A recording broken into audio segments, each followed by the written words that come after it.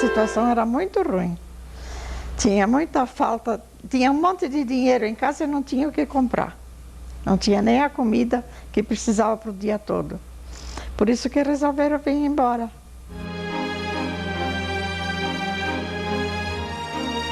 A gente saiu de lá de trem.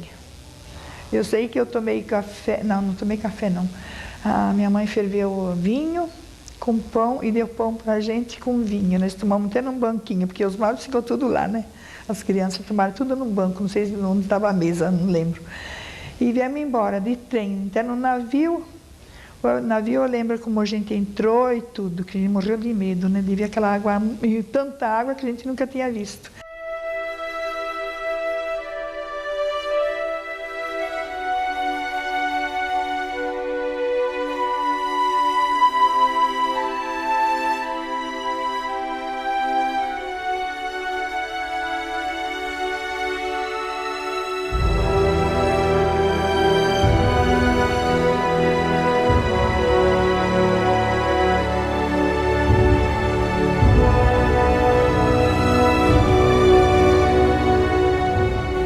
Bem, ele decidiu vir aqui para o Brasil justamente porque ele esteve na guerra de 14 a 18 e depois chegou em casa, estava muito ruim a situação. Ele não queria que os filhos iriam passar o que ele passou. E acabou vindo para cá, é o que ele dizia, não? E pretendia aí arrumar um pedaço de terra e se formar aqui, não? Que nem lá na Europa. Meu pai estava fazendo um serviço administrativo que ele não gostava muito, ele viu um anúncio procurando engenheiro aqui no Brasil, a Companhia Construtora de Santos. Então ele se candidatou e foi aceito. Aí do navio foi bom, sabe? A gente brincava lá dentro, meu pai foi trabalhar de cozinheiro no navio, a minha mãe ficou na cama a vida inteira, acho que foi 24 dias ou mais, não sei, que a gente ficou no navio. Minha mãe só de cama, que tudo que comia punha fora, tudo fazia mal. E não aguentava ficar de pé. Meu pai não, meu pai foi trabalhar de cozinheiro no navio. E eu andava tudo aquele navio, me perdia, depois no fim me achava, era xereta, sozinha. E foi bonito, faziam baile no navio de noite, dançavam. Tem que ver, foi bonito. Agora em São Paulo desembarcamos e fomos para aquele registro da imigração, registramos os nomes e depois fomos diretamente para a sala de jantar. E comemos depois de 22 dias o primeiro jantar mais ou menos apreciável. Carne, arroz, feijão e um bom pão italiano, né?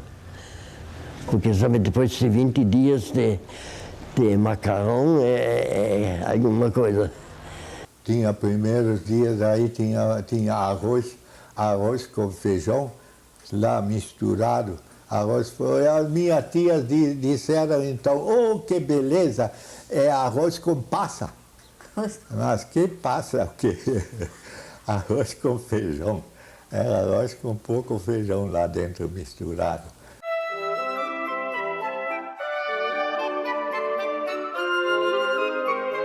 Quando o café estava vermelho, que estava maduro, né? Depois, quando não apanhava no tempo, ele secava. Aí que batia com o pauzinho, ele caía no chão, aí que rastelava, sabe? E quando ele estava maduro, a gente driçava com a mão assim, e tinha que pôr que nem um lona, que eles falam, né? Mas era um pano que a gente comprava, emendava, ponhava no chão. Um de cada lado do café, assim, depois ponhava bem juntinho, e batia, ele caía no limpo, aí só ensacar. Bom, a questão é a nossa aptidão física não era adequada a trabalhar no café, não? Esse trabalho era diferente, pesava na mão e não tínhamos a capacidade de trabalho como os caipiras, não? Os caipiras, os colonos imigrantes, naturalmente tratados pelos fazendeiros, aqueles tinham uma gleba mais ou menos de 1000 pés de café para trabalhar, não? E eles faziam esses 1000 pés de café durante uma semana, não? Tirar a sujeira debaixo do pé. Eu não fazia nem 13 pés. Café, os outros também, não, né? Aliás, os pés de café estavam cheios de ninhos de vespa, né? Se a gente batia com a enxada, veio tudo aqui em cima da cabeça da gente. Chararaca também não faltava, né?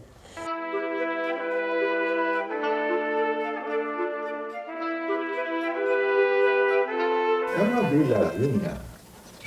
vilazinha na Nova Europa foi fundado, quer dizer, tinha um fazendeiro com grande área, os Magalhães, uma grande área, não de Araraquara para cá, mais para cá, então era tudo, ele por ordem da combinação do governo, ele fez uma colônia de imigrantes. Então tinha gente de todas as nações ali, né? Poloneses, e russos, e letões, e espanhóis, e alemães, e tudo estava lá em Nova York.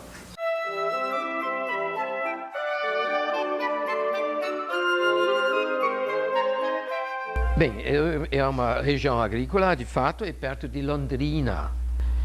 Os primeiros chegaram no ano 32 e depois, quando Hitler e os nazistas tinham o poder na Alemanha, vinham emigrantes que vieram por razões políticas. Muitos deles judeus, e no fim dos anos 30, os primeiros brasileiros chegaram, e um terceiro grupo de imigrantes alemães veio depois da Segunda Guerra Mundial, no fim dos anos 40, começo dos anos 50. O meu avô era uma pessoa muito alemã até. Ele se sentia muito alemão. Quando ele vai para São Caetano, naquele bairro, também havia muitas outras famílias de fala alemã. A Antártica é uma empresa alemã, todo mundo fala alemão. Existe o jornal alemão que ele passa a ler. Enfim, ele vive durante décadas em solo brasileiro, mais num ambiente alemão. Então, o que acontece? Em casa, é claro que a língua mais que obrigatória era alemã. Então, a gente sempre falou alemão, e eu acho que a primeira língua minha é alemã. Mas eu cheguei a São Paulo, tinha de decorar os verbos. Tu tens, ele tem, nós temos, que coisa. Eu depois sabia os meus verbos melhor do que muito brasileiro. Não? Ia na rua tentar me comunicar com as crianças, voltava chorando, porque tinha uns vizinhos que eram ingleses. E eu me entendia com as crianças, porque tem um dialeto em Hamburgo, linguagem popular, que é bastante parecido com o inglês. Eu me entendia com os ingleses, mas a mãe dos ingleses não queria que as crianças brincassem com uma alemã. Então a gente se encontrava no fundo do quintal, escondido da mãe da inglesa.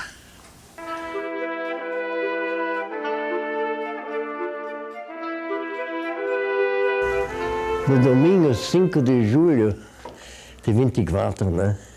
Eu estava dormindo muito bem. Estávamos morando na rua Antônia Queiroz, na travessa da Augusta. De repente fez um bum, né? Então eu saí da cama. Todo mundo saiu na rua olhando o que foi. E aí descobriram que aqui no Morro dos Ingleses, que era um morro só de saibro, de terra vermelha, não tinha nenhuma casa. Os revolucionários do Isidoro Dias Lopes tinham posto uns canhões e deram uns tiros contra o quartel da Força Pública na rua Vergueiro. Isso foi a primeira. Só que não acertaram um quartel, acertaram numa casa pegada e mataram a gente, né? Bom, então aí foi um dia frio, naquele tempo, julho era frio mesmo, né?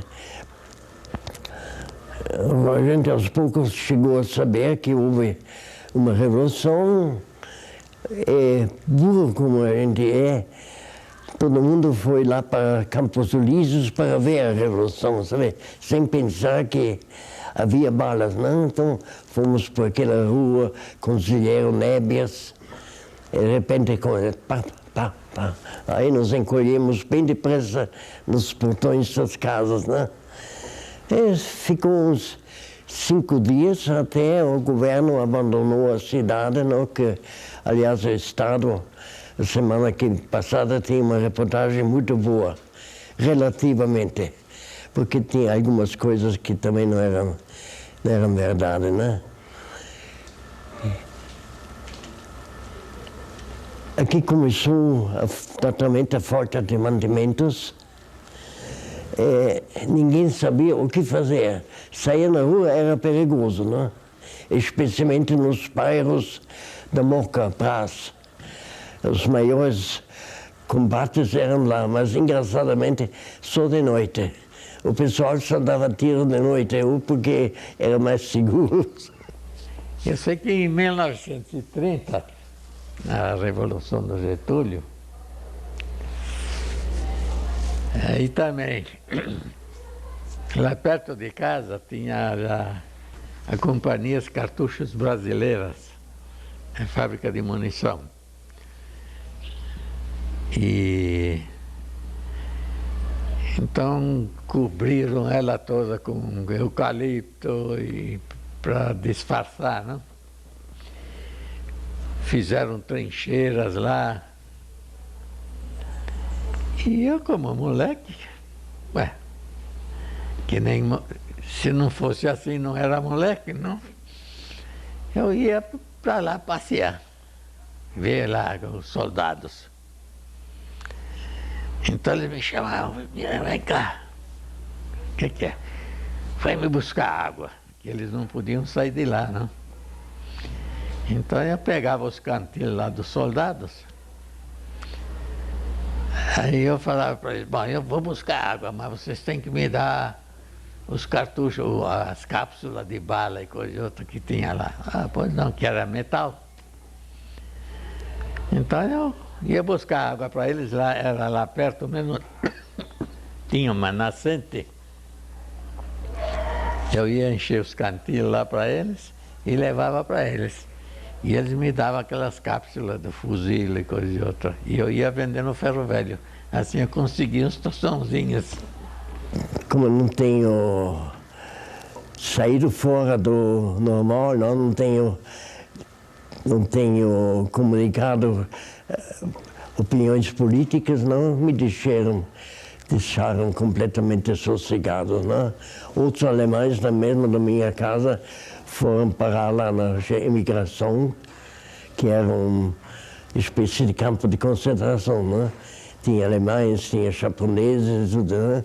Mas eu não fui. Além disso, eu já tinha casado com uma brasileira que me ajudou muito, né? Porque assim, eu não sofri nada. Só economicamente, né? Porque os negócios foram ruins e a nossa casa foi boicotada por ser uma casa do inimigo, né? Quer dizer, os patriotas não entravam e os de outras colônias também. Não. Além disso, tínhamos dificuldade em arranjar mercadoria de estrangeiro. Não? Ninguém vendia para nós, porque nós estávamos na lista negra. Mas é preciso dizer, eu tenho provas, eu guardei muitos papéis. Houve uns tempos que nós ganhamos mercadoria em penca trazido por judeus, que faziam negócio conosco, achavam que a inimizade não tinha nada a ver, o principal era dinheiro, né? E nos forneciam muitos judeus, era gente muito boa.